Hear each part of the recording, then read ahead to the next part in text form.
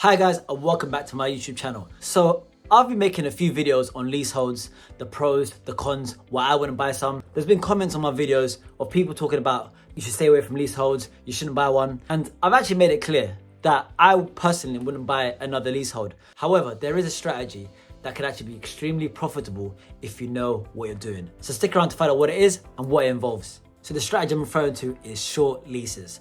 So a short lease generally is a flat where the lease is below 70 to 80 years, where it will be very difficult to get a mortgage on it.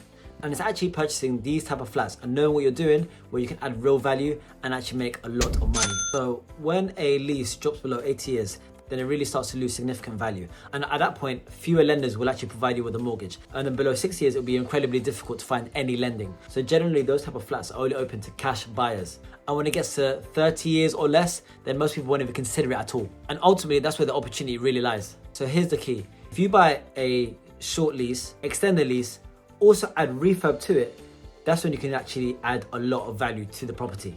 So let's look at an example. Say a property is worth £250,000 with a long lease. And say, for example, the same flat with a 50-year lease is worth £150,000. There's potential for serious value by extending the lease. Now, it's worth noting this isn't a beginner strategy.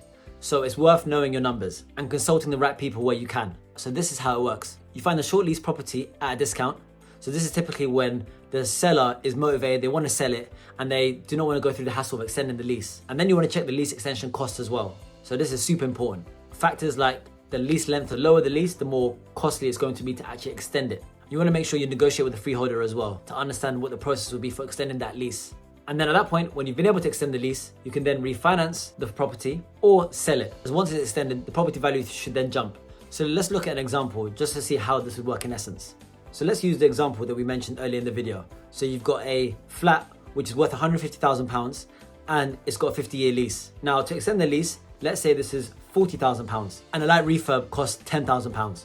So the total investment here is £200,000. Now once extended and the refurb has been done, it's now worth £275,000. That's a £75,000 uplift. So you can sell it and make a profit, or you can refinance and pull out a lot of money from the property. Now with any strategy, there are risks and potential pitfalls. So these are some that you want to look out for. Number one is the stipulations with regards to the ground rent. Some leaseholds have escalating ground rent, which can make them difficult to sell or extend affordably. So you want to always check the lease terms first. Number two is understand a lot of leases below 70 years aren't mortgageable. So ensure that you've got the funding to be able to actually make the purchase. Number three, understand the freeholder. So is the freeholder going to be cooperative? Are they going to charge an extortionate amount for you to extend the lease? Understanding these will also enable you to actually factor in the potential costs and whether you think it will be profitable enough for you to actually execute the deal.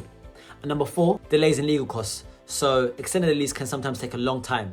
So understanding this and factor this in is extremely important as well.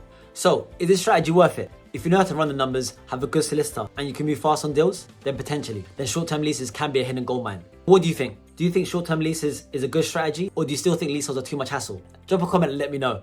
Now, if you do want expert advice when it comes to short-term leases, then I'll recommend reaching out to Jason Patterson, who actually specializes in this strategy. So I'll ensure to include his handles in the description below. So I hope that helped you understand a little bit more about short-term leases and how it could potentially be profitable. So if you enjoyed this video, do give it a like, and if you found value from this video or any other video on this channel, then do subscribe as well. And until next time, happy investing.